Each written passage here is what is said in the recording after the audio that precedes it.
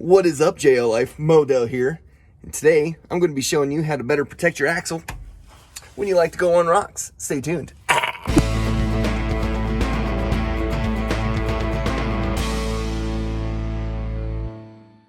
Jeep did a great job redesigning the Dana 44s for the Jeep JL and the JT.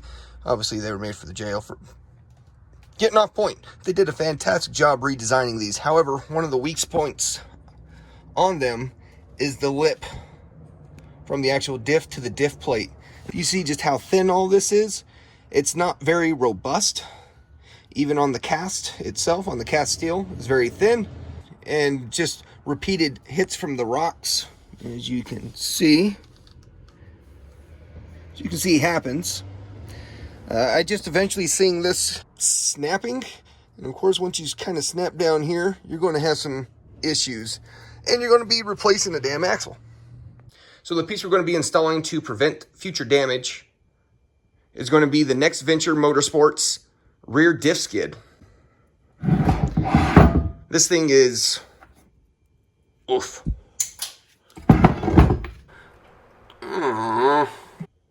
So this thing is made in America, that is welded in-house in America. It's American-made steel, American-made product.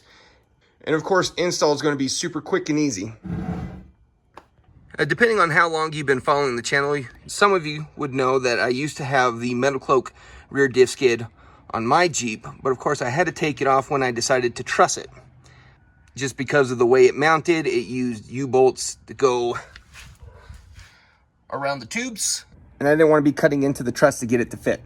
And here's the metal Cloak one. I mean, as you guys can just see, I drug it on rocks often, and you know, there's plenty of impacts. It served its purpose. Because how often I used it, I really didn't want to lose that protection, because like I said, that lip going around the diff mounting surface is really thin, and I foresee it breaking, hitting rocks routinely. It's a huge lip to get caught. So another flaw in this design are these lips. A rock catches that, you're going to be stuck. A rock catches that, you're going to be stuck. You know, the bottom of a diff should be smooth, so if a rock does hit it, it's more likely to slide off rather than getting stuck and hung up. Unfortunately, when I went to the truss, I couldn't continue to use the diff skid, but there is another design that will work with the truss, and it's going to be the Next Venture Motorsports. Another real big advantage that the Next Venture Motorsports brings to the table is how much longer it is. All this extra real estate is going to be helping to protect the pinion and the joint on the drive shaft. So the way this one mounts up is it actually ties into the bolts in the lower part of your diff plate and doesn't use these giant U-bolts to hold on to the pipe. And of course it goes around the top of the diff to help hold it all in place. Now what this is going to essentially do, not only is it going to give it a flat surface for rocks to skid off of, also what it will do, because it has so many different mounting points and so much real estate, when you hit it with a rock, it's going to more evenly distribute the weight between the entire plate, which will of course just prolong the longevity of your diff. But install should be really quick and really simple. What you're going to need is a 15 6-point socket and an 8 12-point. Comes with all the new hardware that you need. New 8-grade bolts for the front. It comes with the star-shaped bolts for the diff plates. Just to kind of show you how this gets assembled up front before I get it under, because it's a lot easier to show you now. The top clamp sits on just like that. And what you're going to end up doing is taking these brackets and you're just going to slip them right in between and thread your bolts in, maneuver this as needed to get it to line up, and you tighten it. Now my biggest question is, if when I remove all these bolts out of the bottom of the diff plate, curious if it's going to leak and I'm going to need to replace diff fluid, but I don't think I will. But let's get into this. So the first thing you want to be doing is going to be removing the bottom bolts from 1, 2, 3, 4, 5, 6.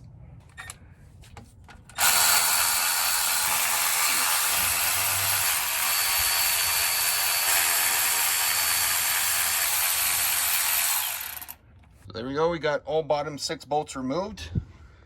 No leaking. I would just caution you to be careful not to bang the diff around, or the diff plate, while the bolts are out. If you do separate the seal at all, you are going to start having leaking. Not necessarily going to ruin everything, but make your pretty driveway dirty.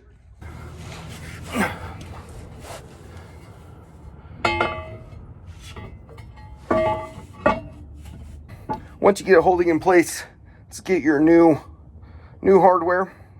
They're longer. They use a 12-point head because they're thinner and will be easier to get in and out. And thread them in.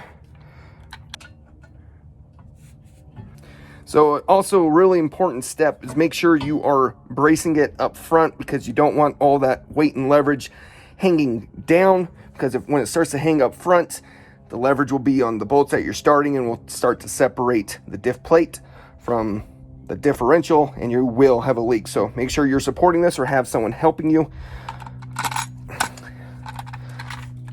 I luckily have power tools, and god damn, it makes life easy.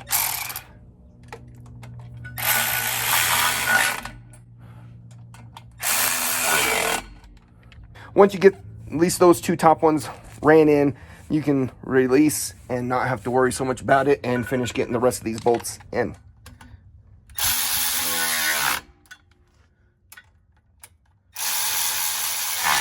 So I wish I could reuse my old hardware just for aesthetic purposes, but you need longer ones to get it to fit. As you can kind of see, it would bite in, but it's not a lot as compared to the new included hardware, which is designed to accommodate heavy-duty diff plates. Except for these. Dana's are shaped funny. They don't quite fit. It's obviously going to be holding in a heck of a lot better, so we will use these. Once you get the top 4 in, the additional holes are going to be at the bottom. Of course, there's holes into the diff skid, so you can just thread it in.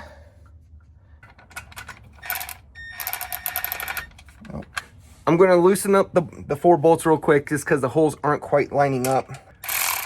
It's my fault for buttoning it all down. I'm going to be bracing it with my leg just to give it that little bit of support.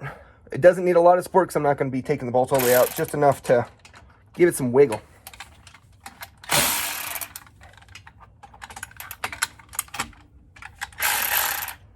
A trick to get your fingers into that tight little hole, to get it in, is just put it at the end of the extension, and you can at least get it started with your hand. And we can go back to our ratchet. So we're almost done. We just got to get the top clamp over where the pinion is in the diff. You can see how much more protection this offers for the drive shaft joint. Very simple. You have one that's shaped like a car. This one's going to go on the other side. The one that's more shaped like a headless dog, I guess, I don't know, will go on this side. You just go ahead and place them behind there so they line up with the holes. Go ahead and grab your top clamp and get your new 8 grade hardware and get it in. The reason why you want to keep your bolts loose, so you have wiggle room, which makes it much easier to get things to line up. And so getting the front of it bolted together can be very tight. I would suggest starting from the passenger side first, more specifically the bolt that goes towards the rear of the Jeep, before you do the one in the front. That is actually the tightest spot to do this. And it's just going to be a matter of trying to get everything to line up. Work at it and be careful not to split your seal. On the front, you can loosen the bolts on the diff if you need to, if you need a little bit more wiggle space. But I'm going to cut away while I work at this, because this is going to take a minute. All right, so the best way I found of doing this is gripping the front of it all together, the diff plate, the over clamp section, and the rear bolting plate all together at the front right here. Finagle it all to where you can see your bolt go through. Get it in and just start it. All right. I'm gonna do the same for the other side. Like I said, you're not quite tightening anything yet because you need that wiggle room. Get those two in. Move to side B. This side you have a lot more space because that gas tank's not in the way. Get that one tightened. Finger tight. Now you can start tightening. Just kind of tighten everything down equally at the same time. Don't hammer down on one side at a time. Pop it around.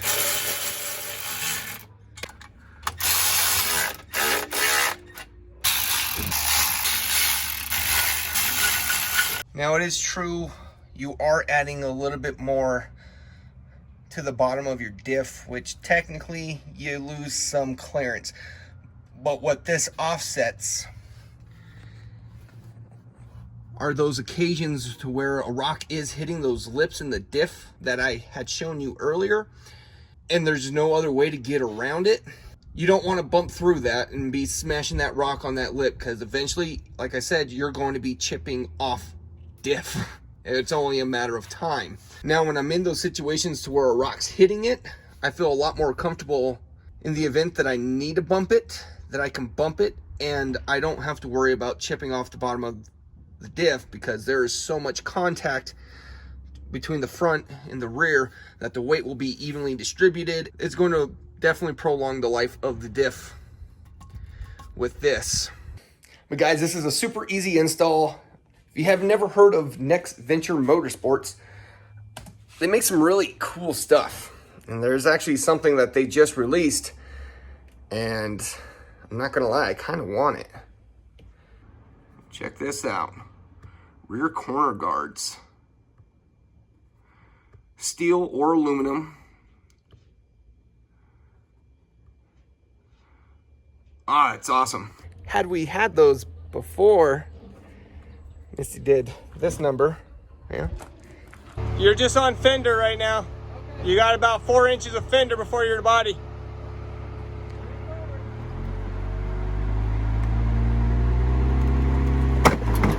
Oh, tail light. Little body damage. It's ruined. That got the paint pretty good though. Wow. But guys, thank you for watching. Remember to like, comment, subscribe, and share, and stay tuned for the next one, y'all. Keep it easy.